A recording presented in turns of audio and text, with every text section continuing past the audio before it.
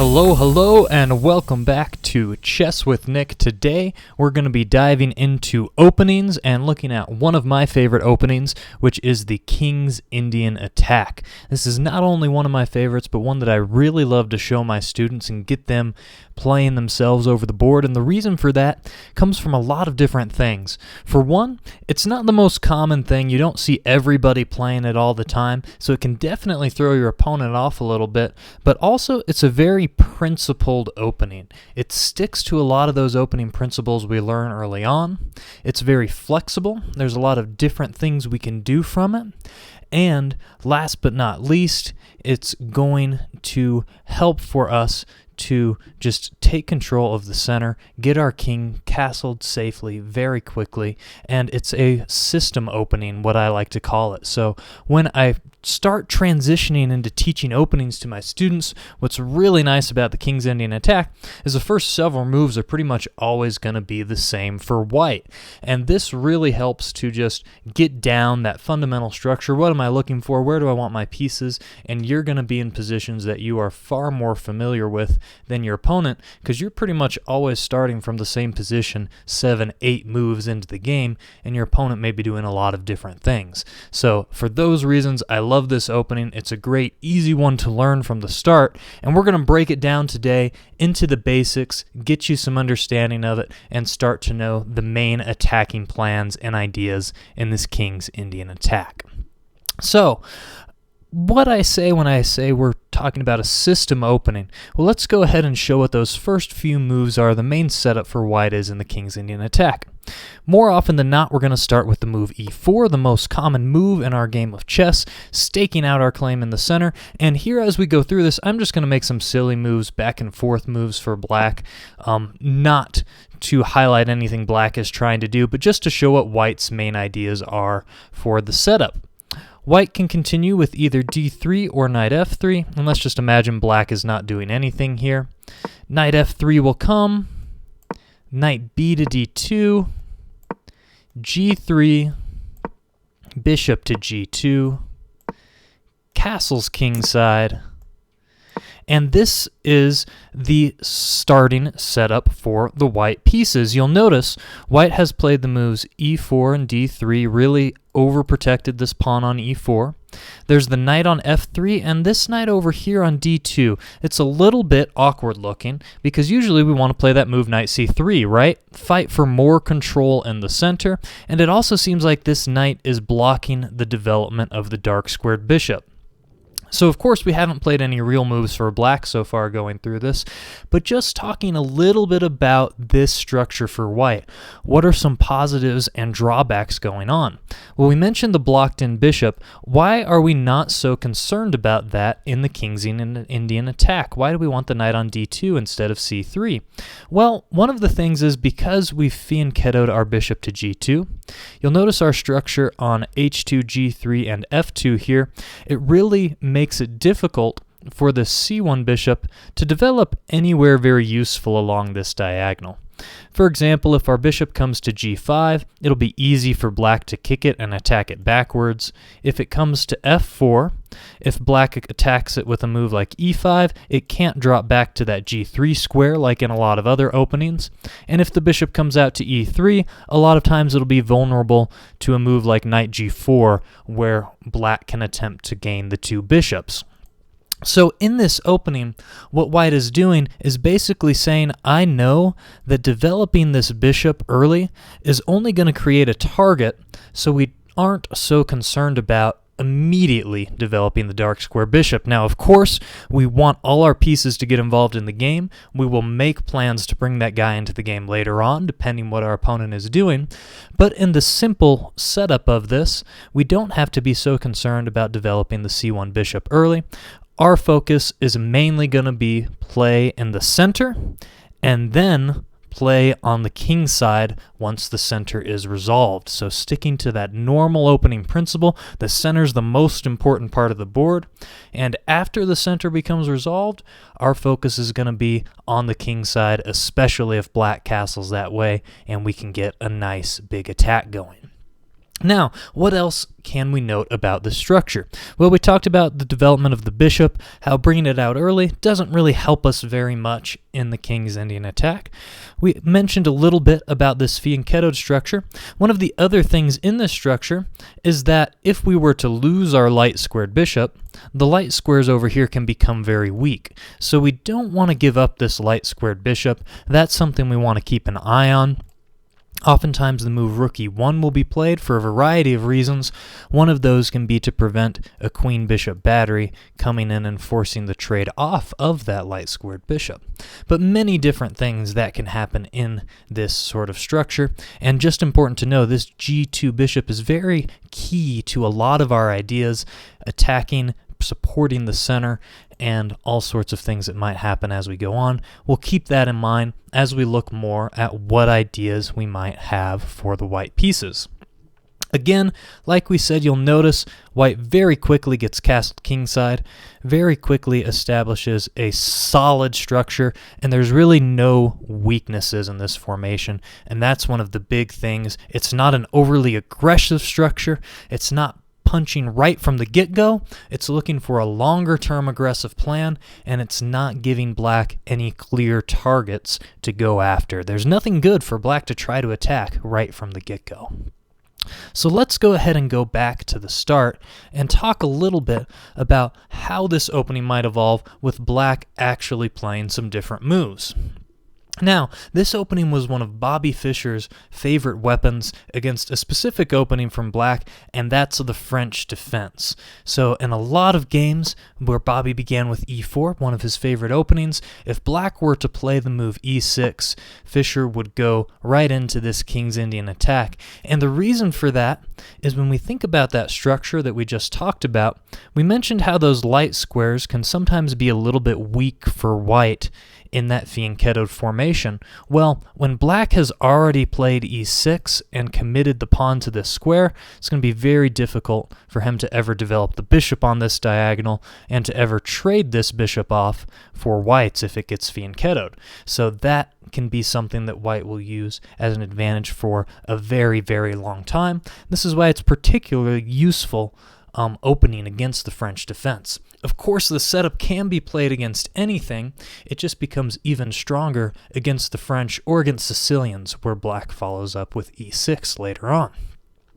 Once again, we're going to focus on some of the main ideas. We're going to look at the main line here today, but we'll go back and talk more about other options later on. We'll look at black, what we can do against e5, what we can do if black plays a fianchettoed variation himself with g6, but for today we're going to focus more on the main line ideas.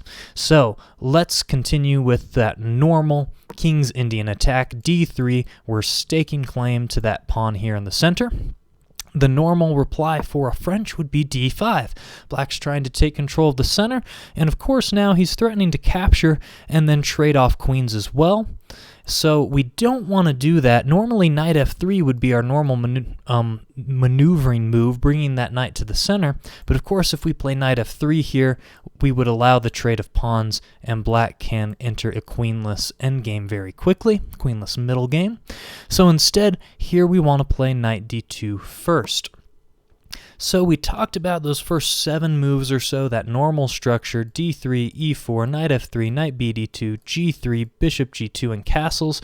We always want to think, though, as our opponent is going through the move order, which way is going to help us achieve that without getting thrown off along the way. And in this case, we want to play this knight d2 move first, because now if the pawn takes, we can just play pawn takes pawn. There's no trade of queens. There's no issue going on here whatsoever.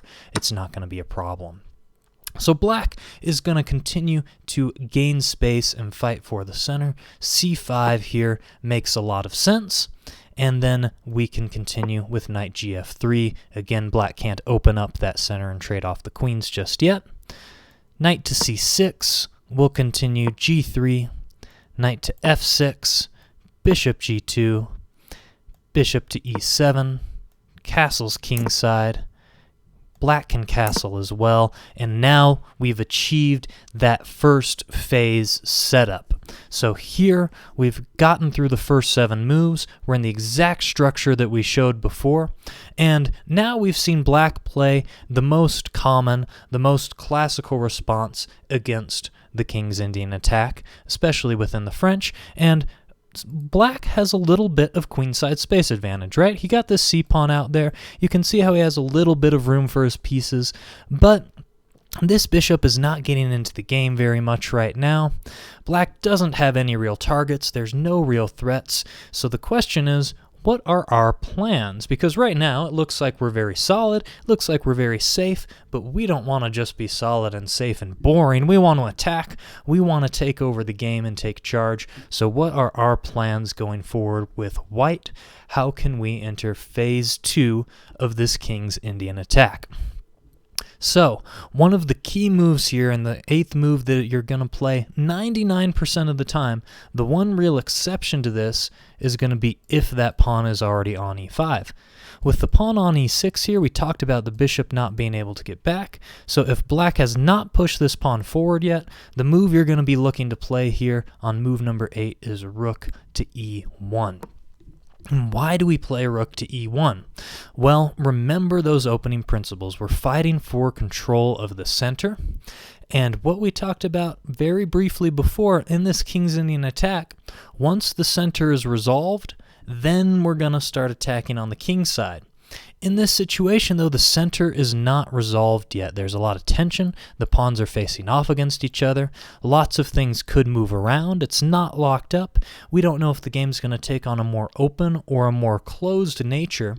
But if we get the chance, we're actually going to close the game up. Our goal is to play e5 ourselves. Why do we want to play e5 ourselves? Well, let's go ahead and see what happens following black's most common response here. Most commonly in this position, black plays the move b5, again gaining space. The point of taking space is to give more room for the pieces of black to maneuver behind the pawns. The downside to this is the closer your pawns get to the other side, sometimes they can be attacked a little bit easier by your opponent. But after b5, this is where, as white, if we are allowed to and black gives us this chance, we're going to play e5, and we're going to play this move every time. And why do we want to do this? Well, we're resolving the center, and we're doing it in a way that splits the board in two. So after black plays this move, knight to d7, putting pressure back on this pawn. It's attacked twice, it's defended twice. We don't need to do anything about it just yet. But you'll notice that now there's no more tension. The center is not going to open up, and the board is kind of split down the middle in two. This e-file has chopped it, and there's play on the king side, and there's going to be play on the queen side, and this is going to be the defining point about this opening. From this point forward, white's goal is to put white's pieces on the king side onto squares to start poking holes and attacking the black king and going for checkmate, because checkmate is way more fun than just trying to win a pawn.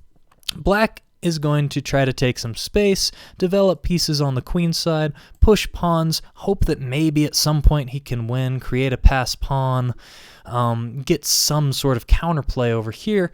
But in my opinion, black's play is more speculative. Yeah, there's a lot of space on the queen side, but there's still no real weaknesses to attack. It's a long way from developing, and if white can get his pieces quickly going to the king, not only can he play for checkmate, but black's pieces have a very tough time coming to the defense. This bishop on c8 is very far away from being able to protect either the f7 or h7 squares. These knights are both kind of cut off from helping out the king, and if white can get our pieces over to that king side quicker, we can launch a very fast attack.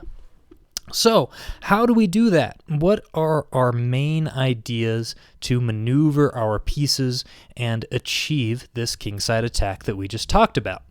Because it still may not look very clear to you if you haven't seen this sort of structure before. Well, the main plan at this point is actually going to be throwing this h-pawn up the board, swinging our knights over and then developing our bishop as well. So the normal maneuver that we see here, and another big reason behind that rook e1 move, is to play the move knight to f1. And knight to f1 may look strange because right now it's not really going anywhere in particular. Both g3 and h2 are covered. But what our goal is going to be to play h4, h5, h6. This knight is going to come from h2 to g4.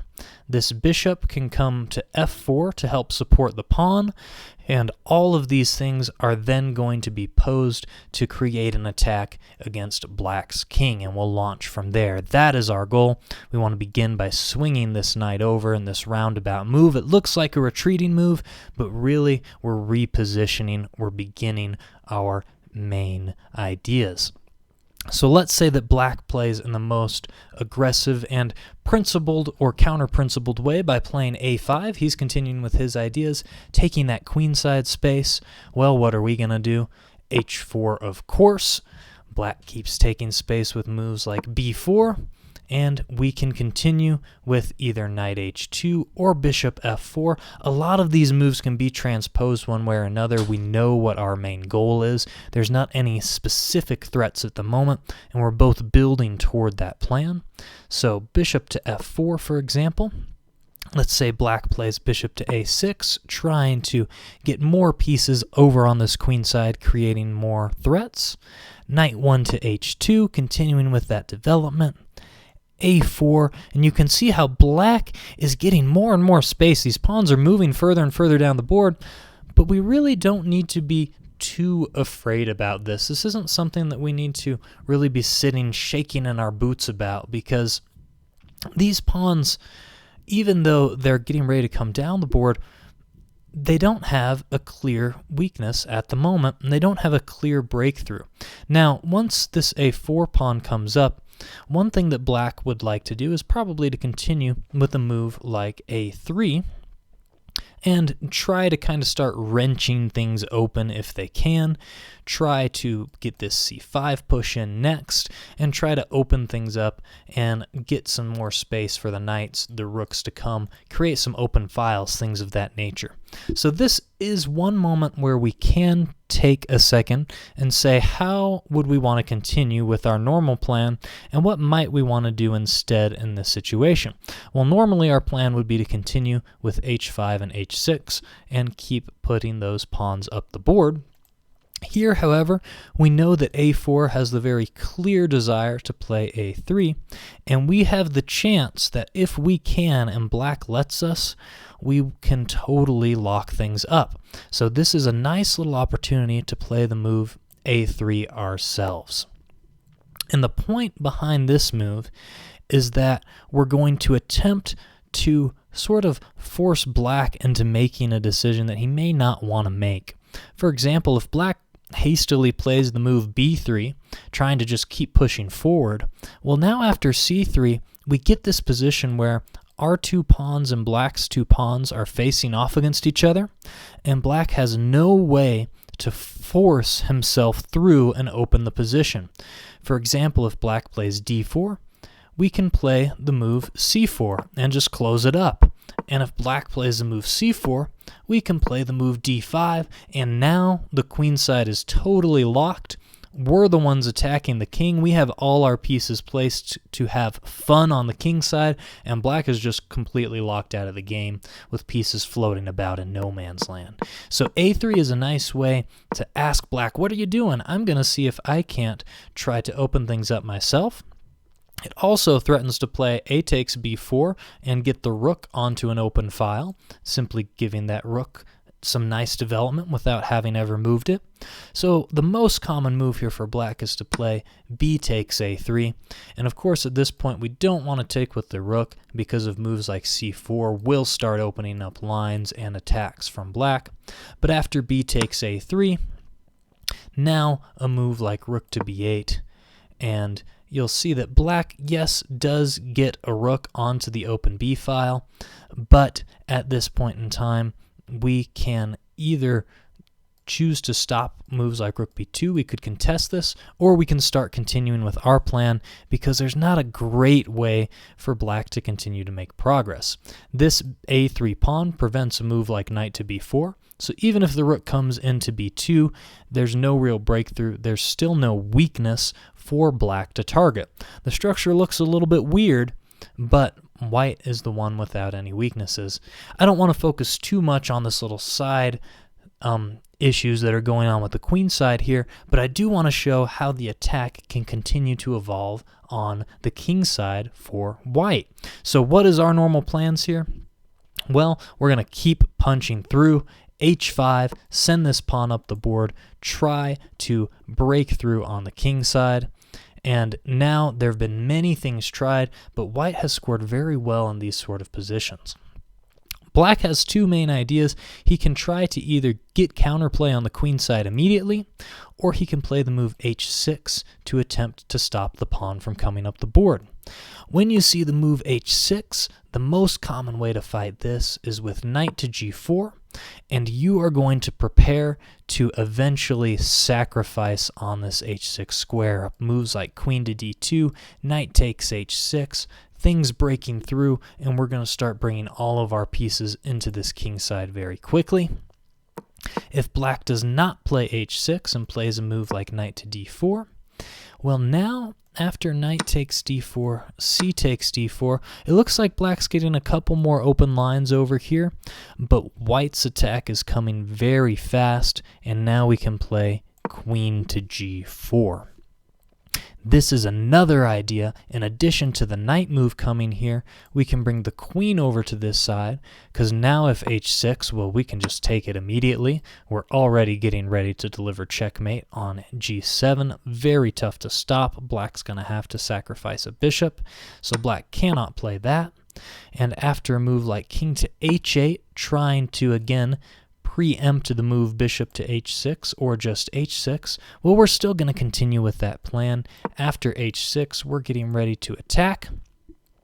And if the rook comes in, well, we could still take it for one if we really wanted to, or we could play a number of other moves as well. We can try to bring this knight into the game, route it to attack f7. All of the fun is being had here by the white pieces. Let's say g6 instead, and you can see how black is in some big trouble. These dark squares are weak around the king, and our goal is going to be to try to win these, try to bring a queen into these squares eventually, and see what we can achieve.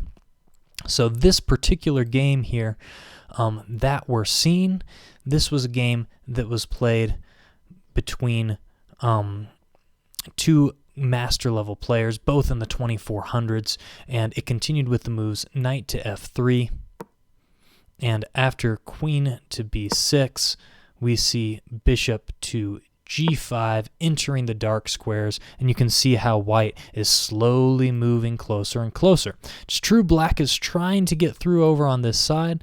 Black has these ugly doubled pawns. White even has the option of taking over there now, but the attack is just too big, too hot to handle. Lots of fun tactics happening, and this is really something that you can keep working on and find some fun breakthroughs for. I really love this position for the white pieces. Look how safe white's king is compared to black's. So let's go ahead, take it back a little bit, and see the evolution of this opening again. We talked about that first phase. Let's break it down just a little bit to see how we got to that point we are without getting too far ahead of ourselves. So, if black plays a Sicilian, this is equally as viable as against the French. We can play with knight f3 in this case rather than d3 first. Knight c6, d3, e6, and now look, we're moving toward that same position that we saw before. g3, knight bd2 is equal as well. d5, knight bd2, knight f6, knight g3, bishop e7, castles, castles, and we're back in that same position. Just like we were in the French, we've reached this out of a Sicilian. What move should we play here? We've completed phase 1. What's phase 2? Phase 2 is going to be resolve the center and figure out where we're going to maneuver our pieces. So rook to e1, preparing to cut the board in half with e5. If black continues with the normal moves like b5, e5 comes, we achieve that clear division of the board, and we can start placing our pieces for our kingside attack. How are we going to do that? What's our plan? Our plan's going to be h4, h5, h6, knight f1, knight h2, knight g4, bishop f4. These are the ideas that we're looking for. That's going to be phase 2, improving those pieces. Again, we can see that this opening sticks to those principles. We've resolved the center. We're going to improve our pieces. It's true we've allowed black some queenside space, and sometimes that scares some white players away from playing this opening, but I am okay with that. I love attacking the enemy king, and I think that every new player should love that as well. It's way more fun to deliver checkmate, in my opinion, than it is to be pushing pawns on the queen side of the board and hoping to find a defense at the last minute to see if you can save yourself. So next phase, again, moves like h4 or knight f1, either way can be played. All of these can be transposed. a5, knight f1, starting to position those pieces, starting to bring things over to where we want. And now we're achieving that King's Indian attack setup. This is the plan. This is the structure. This is how we meet our very fun, double-edged, aggressive middle game. So hopefully this gives you a good idea of the early ideas, the early things that you can see within this King's Indian attack. There are some other very good sacrifices, some other very good tactics that are important to look for within these structures. We'll look at those in some future videos. We'll look at some Bobby Fischer games as well. And then we'll also go back and talk about, hey, what do we do if black does play e5 instead? How does that change the nature of this game? Or if black plays g6 and enters a fianchettoed variation, because those structures will lead to very different plans in phase 2 and 3 of our attack. But today we've covered phase 1, we've gone over the initial setup, we've gone over the initial system planning, and we've showed you the straightforward, the best plan of action when your opponent does let you close the center, take control of the king side of the board. How do we develop that king side attack? Well, we push our pawn up, we swing our knight over, bring our bishop out, and we start placing everything posed at that enemy king. Hopefully you've enjoyed this video today in the King's Indian attack. If you have any questions, make sure to reach out, let me know. And I can't wait to see you playing this and winning lots of games with it in the days to come. Wishing you all the best. Best of luck.